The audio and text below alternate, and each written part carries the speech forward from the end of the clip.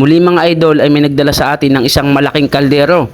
Galing pa sila sa tawid dagat dahil ito ay dadalhin daw nila sa Maynila at sila ay may kausap sa Facebook. Ito daw ay silver kaya dinala nila sa atin dahil may nakapagsabi na tayo daw ay bumibili at nagsusuri ng mga sinaunang gamit. At ang kalderong ito ay 100 taon na daw ang edad dahil minanapan nila ito sa kanilang ninuno.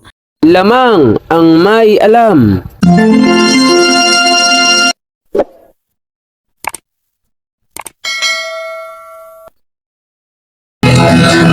Ito pilak ang ibabaw ko. Pag pilates lang ito, eksperto ko. Magandang panahon po sa inyo mga kaibigan ko dito po sa ating channel More Than Treasures. Muli po ay may nagdala sa ating shop ng isang sinaunang kaldero daw at ito ay 100 taon pa. Sila daw ay galing pa sa isla, tawid dagat at dadalhin na sana nila ito sa Maynila dahil may kausap sila sa Facebook. Pero may nakapagsabi na may shop tayo dito sa ating pwesto sa Infanta, Quezon. At doon niya nakilala na ako pala yung sinusubaybayan niya sa YouTube na si More Than Treasures. Kaya siya ay nagpapasalamat dahil kaysa pumunta daw siya ng Maynila ay dito na niya pipacheck ang kanyang sinaunang kaldero. Ang sabi nila ito daw ay gawa sa pilak, isang silver, kung kaya't sila ay nagbabakasakali na ito ay tunay. Para magkaalaman na, pinatakan ko agad ng asido. Pero walang reaksyon. Ibig sabihin, hindi po yan pilak o silver. Ang silver, pag pinatakan ng asido, may reaksyon, magagatas-gatas. Kuskusin po natin sa bato. At pag kumapit sa bato, bubuhusan natin ng asido. Kapag natanggal sa bato, maaari pong ito ay silver. Pero pag hindi po natanggal sa bato ng asido, ibig sabihin, hindi po ito silver. Ibang klase ng metal po ito. Panoorin niyo po. Hindi po nabura ng asido sa bato. Malinaw, hindi po yan silver. Hindi pa kontento may-ari dahil ang paniniwala niya ay silver, kaya kumuha ako ng isang silver at kinuskus ko sa tabi ng kanyang pinagkuskusan na kaldero. At yan, pinatakan ko ng asido ang silver, yan nga po nabura. Ibig sabihin, hindi talaga silver ang kanyang items. Pinakita ko din sa kanya kung ano ang reaksyon ng silver kapag pinatakan ng asido ang mismong items. Dapat ito ay mangingitim o magagatas-gatas. Kaya yan, malinaw, hindi talaga silver ang kanyang items.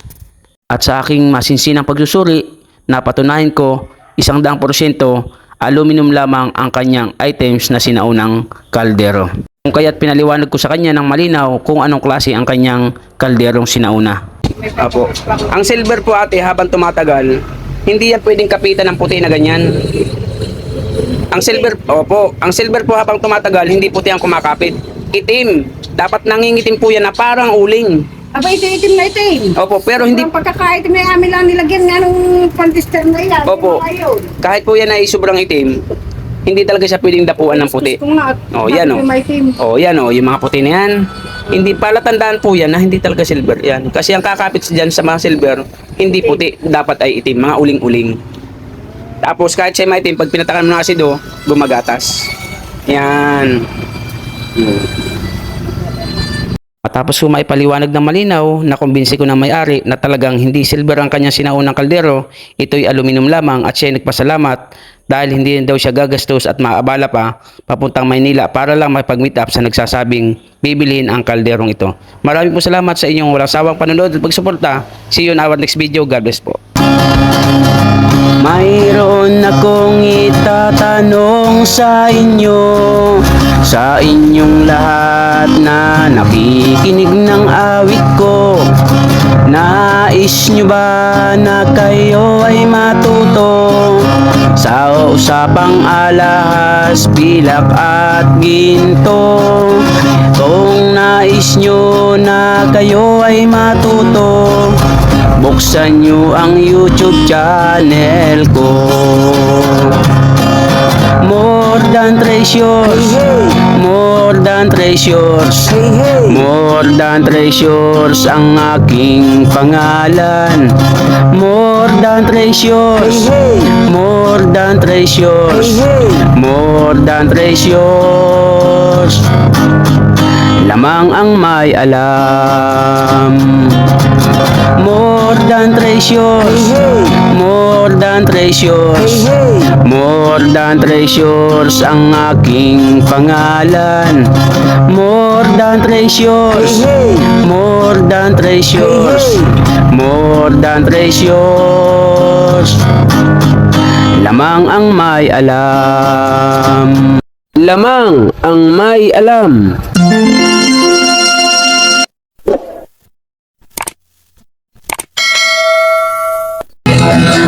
Ginto pilak ang trabaho ko. Pagpilatis ng ginto, eksperto ko. Kung sa mga kabisado ko, alam ko ang peke at totoo. Ako ay isang masayang ng ginto. Alam ko ang tunay at totoo. Kung usapan ay alas lang, yan ay kaya nating patunayan.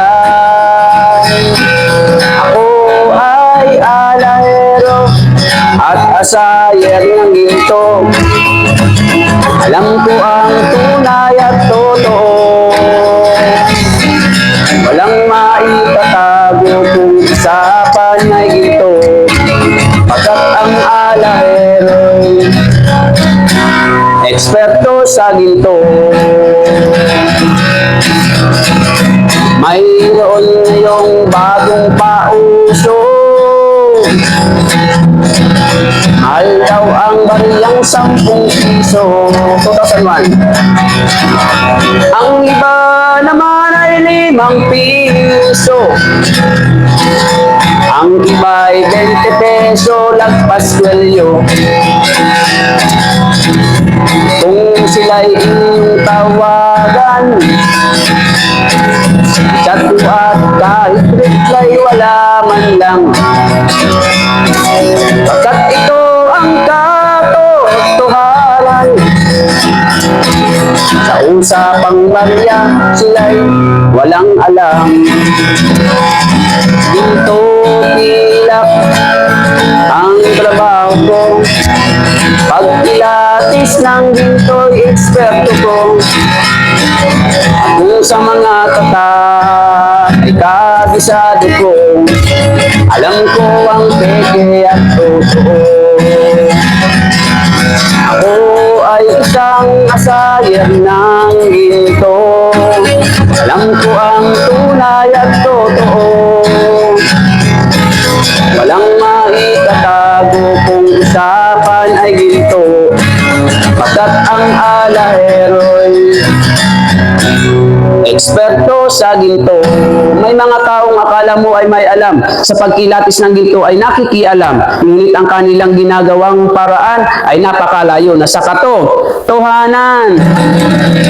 Ginto pilak ang trabaho ko. Pagpilatis ng ginto, eksperto ko. Kung sa mga ay kabisado ko, alam ko ang peke at totoo.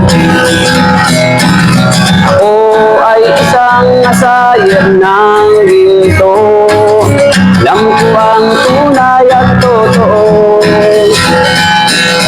Kung usapan ay alahas lang, yan ay kaya nating patunayan. Ako ay alahero at asayer ng ginto. Alam ko ang tunay at totoo. Walang maitatago kung usapan ay ginto. Pagkat ang alahero'y eksperto sa ginto. Ginto pilak ang trabaho ko. Pagpilatis ng ginto, eksperto ko. Kung sa mga ay kabisado ko, alam ko ang peke at totoo. Ako ay isang ang masayang ng ginto. Alam ko ang tunay at totoo. Walang maitatago kung usapan ay ginto. Pagkat ang alahero'y eksperto sa ginto. Pagkat ang alahero'y eksperto sa ginto.